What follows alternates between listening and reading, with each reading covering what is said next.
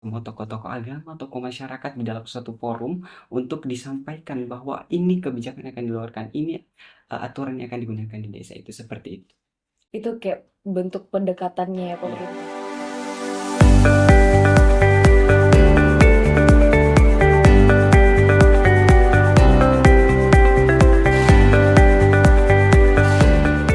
Assalamualaikum warahmatullahi wabarakatuh. Halo teman-teman, apa kabar semuanya? Semoga sehat dan tetap semangat dimanapun kalian berada.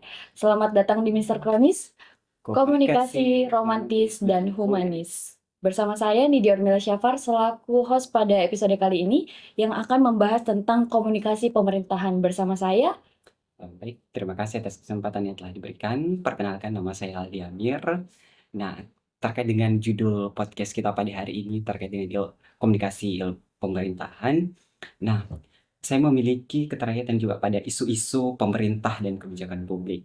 Dalam keseharian saya aktif mengikuti perkembangan kebijakan, perkembangan regulasi, perkembangan eh, aturan-aturan yang dikeluarkan oleh pemerintah seperti itu. Dan saya juga mempelajari bagaimana kebijakan ini berlaku di kehidupan masyarakat sekarang ini seperti itu. oke, mungkin untuk mempersingkat waktu kita langsung masuk ke pertanyaan pertama saya nih Kak. Apa sih komunikasi pemerintahan ini? Nah, kalau kita berbicara dengan komunikasi pemerintahan, eh, itu definisinya sangat luas. Tapi secara garis besar, komunikasi pemerintahan itu bagaimana pemerintah memberikan informasi, eh, memberikan aturan, mengeluarkan kebijakan, bagaimana pemerintah menerima aspirasi masyarakat, bagaimana melakukan evaluasi terhadap kebijakan yang telah dikeluarkan seperti itu. Jadi bukan cuma, pemerintah memberikan informasi ya, Iya, tapi memberikan juga aspirasi iya. kepada masyarakat. Oke, terus kalau bentuk-bentuk komunikasi pemerintah itu bagaimana sih, Kak? Nah, kalau kita berbicara terkait dengan bentuk-bentuknya, sebenarnya ada 3. Oke. Yang pertama itu komunikasinya secara langsung. Nah, yang kedua yaitu komunikasinya secara melalui media. Nah, ada juga itu komunikasi secara berkelompok. Nah, apa itu komunikasi secara langsung? Mungkin ya teman-teman bertanya, apa itu komunikasi secara langsung? Nah, bagaimana pemerintah ini sebenarnya hadir langsung kepada masyarakat, memberikan informasinya, memberikan penyampaian kebijakannya kepada masyarakat agar tidak terjadi masalah. Nah, kalau komunikasi secara tidak langsung itu seperti apa? Nah, kalau komunikasi secara tidak langsung itu bagaimana pemerintah eh, mempergunakan media online dengan baik. Apakah penyampaian informasinya melalui eh, media Instagram pemerintah atau lain-lain sebagainya. Nah, kalau secara berkelompok itu seperti apa? Nah, kalau kita berbicara secara berkelompok, contohnya pemerintahan di tingkat desa. Iya, Ada yang namanya penyampaiannya melalui kelompok tani, Karang Taruna. Nah, seperti itu yang dimaksud dengan komunikasi secara berkelompok. tapi dengan tujuannya agar pesan pemerintah ini dapat tersalurkan langsung dan baik oleh masyarakat ya, Nah, Kak, ya? agar penerjemahnya juga dengan baik. Betul Oke. sekali. Terus nih ada lagi nih, Kak, Hmm. kayak bagaimana sih bentuk komunikasi kepala desa ke langsung ke masyarakat, bagaimana bentuknya itu kalau Oh, nah, kalau kita berbicara bagaimana bentuk komunikasi langsung kepala desa, iya, salah satu bentuk komunikasi langsung kepala desa, kalau kita yang pertama itu ada yang namanya musrembang. Nah, iya, apa itu musrembang? Komunikasi itu komunikasi musrembang yang dilaksanakan di dalam musrembang itu terkait dengan kebijakan yang akan dikeluarkan. Nah, dikumpulkan semua RT RW, semua tokoh-tokoh agama, tokoh masyarakat di dalam suatu forum untuk disampaikan bahwa ini kebijakan yang akan dikeluarkan, ini aturan yang akan digunakan di desa itu seperti itu. itu kayak bentuk pendekatannya ya Iya, pemerintah kepada itu. masyarakat.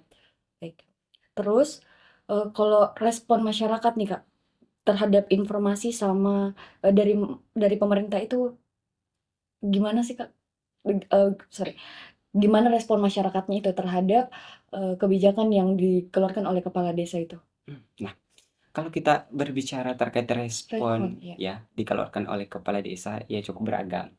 Kalau kita lihat situasi yang ada di desa, tentu kita melihat dulu bagaimana struktur sosialnya. Ada yang berpendidikan, ada yang belum paham terkait secara teknis. Jadi kepala desa ini harus mampu memposisikan dirinya sebagai pembuat kebijakan, eh, sebagai sebagai pembuat kebijakan, juga sebagai kepala tertinggi yang ada di tingkat desa Iya. tersebut. Jadi kepala desa harus melihat bahwa kita penyampaian informasi kepada si A ini harus kita sampaikan seperti ini, si B ini kita harus sampaikan seperti ini. Jadi kepala desa itu harus benar-benar melihat bagaimana eh, struktur sosial yang ada di masyarakat tersebut agar komunikasi yang disampaikan dapat diterima dengan baik. Begitu ya, Kak, ya. Terus kalau misalnya responnya beragam begitu, pastinya ada kendala-kendala dong, Kak. Nah, betul. Nah, kalau boleh tahu kendalanya apa aja sih? Nah, oke.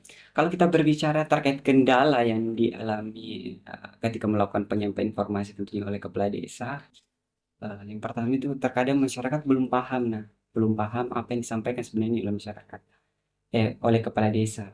Eh, Dalam artian pahamnya itu dia tidak paham aturan ini arahnya ke mana, kebijakan ini arahnya ke mana, program ini arahnya ke mana.